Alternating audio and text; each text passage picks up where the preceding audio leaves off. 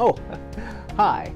Jonas Cain here for another edition of Magic Words, here for the fourth installment of our 5-episode series on the 5 promises of love.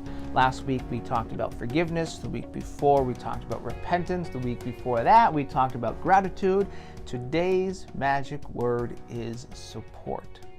When we say that we love someone, what we're really saying is that we support them for their highest good. Whatever it is that they need to thrive, beyond survive, whatever it is that is going to contribute to making them the very best that they can possibly be.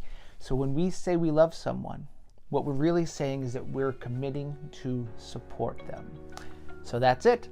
That is the 4th promise of love. Next week we'll talk about the last promise. Until then, my name is Jonas Cain. And remember, I love you.